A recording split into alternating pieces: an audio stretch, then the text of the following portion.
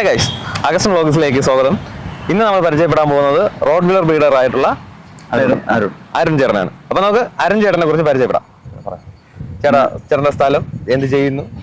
ഞാൻ കാഞ്ഞിരംകുളം എന്ന് പറയുന്ന സ്ഥലത്താണ്. ഡോഗ്സിന്റെ അടുത്തുള്ള ഒരു ക്രൈസ് വരാനുള്ള കാരണം? ഡോഗ്സ് 15 വർഷത്തോളമായി റോഡ് വീലറാണ് മെയിൻ ആയിട്ട്. ആദ്യമായിട്ടാണ് കേട്ടോ പുള്ളി വീഡിയോ. അതാണ് കുറച്ച് ഒരു ഇത് കഴിച്ചിട്ട് മാറിക്കോളും. റോഡാണ് എനിക്ക് മെയിൻ ആയിട്ട് ഇഷ്ടമുള്ളത്. ചേട്ടൻ എത്ര റോഡ് വീലർ ഉണ്ട്? എനിക്ക് 8 എണ്ണം ഉണ്ട്. 8 റോഡ് വീലർ ഉണ്ട്. ഈ റോഡ് വീലർ മാത്രമായിട്ട് സെലക്ട് ചെയ്യേണ്ട ഒരു കാരണം? റോഡ് എന്ന് പറയുമ്പോൾ നമുക്ക് ഒരു പ്രൗഡിയാണ്. വീട്ടിലൊരു ബുള്ളറ്റ് ഉള്ളതുപോലെ, ഒരു BMW ഉള്ളതുപോലെ ഒരു പ്രൗഡി. ആ ഒരു ഡോഗ്സിലെ രാജകുമാർ എന്നൊക്കെ വേണമെങ്കിൽ പറയാം, ആ കണക്കിന് അല്ലേ?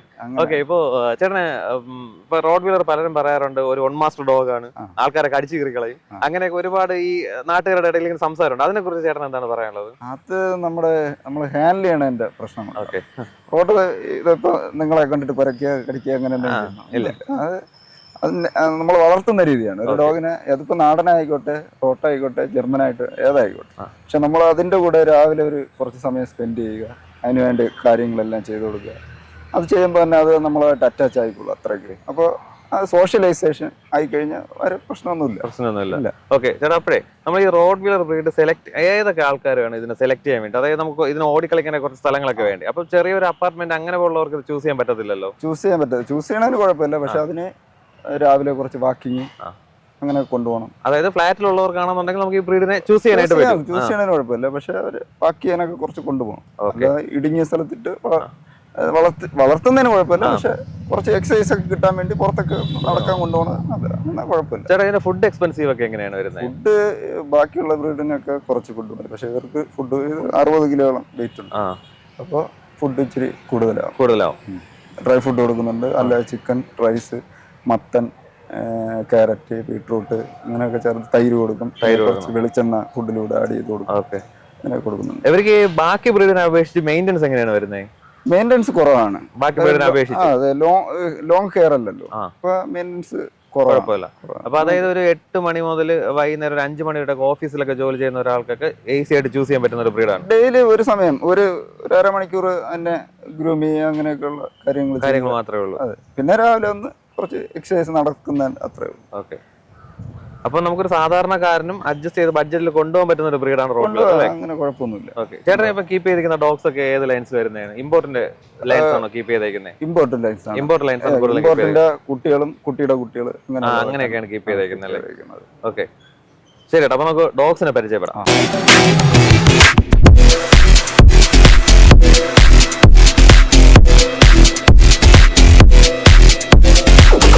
ഇവളുടെ പേര് സോയി എന്നാണ്.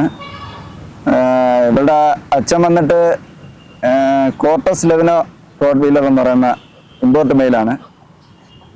അവൻ്റെ ഓണർ എന്ന് പറയുന്നത് കണ്ണൂർ ഷൈജു രാഘവൻ എന്ന് പറയുന്ന പുള്ളിയാണ്. അപ്പോൾ ഇവളുടെ അമ്മ വന്നിട്ട് ഗ്രൂം ടിമിറ്റോർ എന്ന് പറയുന്ന മെയിലിൻ്റെ കുട്ടിയാണ്. പിന്നെ ഇവളിപ്പോൾ പ്രഗ്നൻ്റ് ആണ്. റെഡ് ഐസ് കന്നലിലെ കർമ്മ വോം ടാനിഫീൽഡ് എന്ന് പറയുന്ന മെയില് സിനോ ചേട്ടൻ്റെ.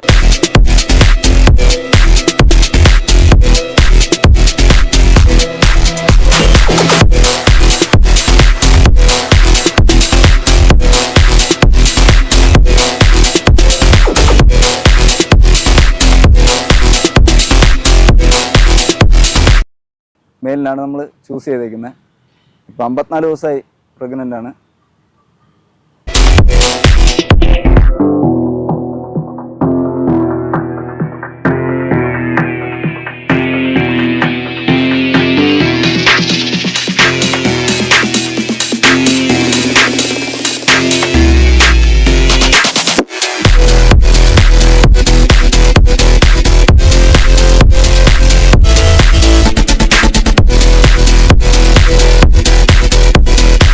റോഡ് വീലർ ലവേഴ്സിനെല്ലാം അറിവുണ്ടായിരിക്കും ഗ്രൂം ടിമിറ്റോർ എന്ന് പറയുന്ന മെയിലിനെ കുറിച്ച്.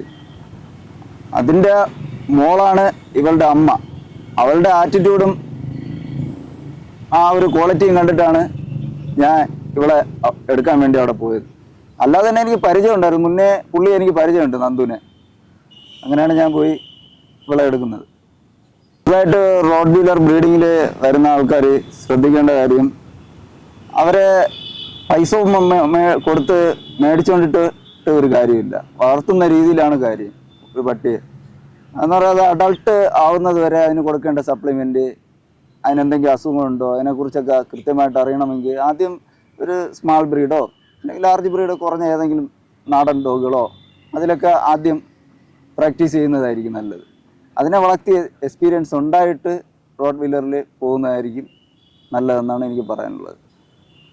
നമ്മളൊരു പപ്പി ചൂസ് ചെയ്യുമ്പോൾ ഒരു 30 ദിവസത്തിൽ ചൂസ് ചെയ്തിട്ട് കാര്യമില്ല. 30 ദിവസം പ്രായമാകുമ്പോൾ ചൂസ് ചെയ്തിട്ട് കാര്യമില്ല. കുട്ടി എടുക്കുകയാണെങ്കിൽ ഒരു 3 മാസം 4 മാസം പ്രായമായിട്ട് കുട്ടി എടുക്കാവൂ. എന്ന് പറഞ്ഞാൽ അതിൻ്റെ ബോഡി അനാട്ടമിയൊക്കെ പഠിക്കണം. ബൈറ്റിൻ്റെ പ്രശ്നം എന്തെങ്കിലും ഉണ്ടെങ്കിൽ അറിയാൻ പറ്റും. ആ പ്രായത്തിൽ കാലിന് എന്തെങ്കിലും പ്രശ്നം ഉണ്ടെങ്കിൽ അറിയാൻ പറ്റും. ശരീരത്തിൽ ബോഡിക്ക് എന്തെങ്കിലും പ്രശ്നം ഉണ്ടെങ്കിൽ അറിയാൻ പറ്റും. ആ പ്രായത്തിൽ 30 ദിവസത്തിൽ എല്ലാ കുട്ടിയും ഒരുപോലെ ഇരിക്കും, ഒരേ ക്വാളിറ്റി ആയിരിക്കും. അങ്ങനെ ഒരു 4 മാസം 3 മാസമൊക്കെ ആയിട്ട് കുട്ടി എടുക്കുന്നതായിരിക്കും ബെറ്റർ. ഇത് സുൽത്താൻ ഫുസാഡ്ജോ എന്ന് പറയുന്ന ഇമ്പോർട്ട് മെയിലിൻ്റെ കുട്ടിയാണ്. ദീപക് കുട്ടിയാണ് സുൽത്താൻ്റെ ഓണർ. അവൻ്റെ പ്രൊഡ്യൂസിങ് കണ്ടിട്ടാണ് ഞാൻ ഇവനെ എടുക്കാൻ പോകുന്നത്. നല്ല പ്രൊഡ്യൂസിങ് മെയിലാണ് സുൽത്താൻ ഫുസാഡ്ജോ. വിനു സി ചാക്കോ എന്ന് പറയുന്ന ബ്രീഡറിൻ്റെ കയ്യിൽ നിന്നാണ് ഞാൻ ഈ മെയിലിനെ എടുത്തത്. ഇവനെ നല്ലൊരു സ്റ്റഡ് ഡോഗാണ്. ഭയങ്കര പ്രൊഡ്യൂസിങ്, നല്ല പ്രൊഡ്യൂസിങ് മെയിലാണ്. ഇവൻ്റെ പപ്പീസ് എല്ലാം നല്ല ക്വാളിറ്റി ഹെഡും നല്ല ബോൺ സൈസ് ഉള്ള കുട്ടികളാണ് വരുന്നത്. കുറേ കുട്ടികൾ സെയിലായിട്ടുണ്ട്. പിന്നെ നമ്മളെ പരിചയത്തിലുള്ള കുറേ ആൾക്കാർ ഇതിൻ്റെ കുട്ടികളെ സെലക്ട് ചെയ്ത് വീട്ടിൽ നിർത്തിയിട്ടുണ്ട് വളർത്താനും ബ്രീഡിങ്ങിനും ഒക്കെ വേണ്ടിയിട്ട്.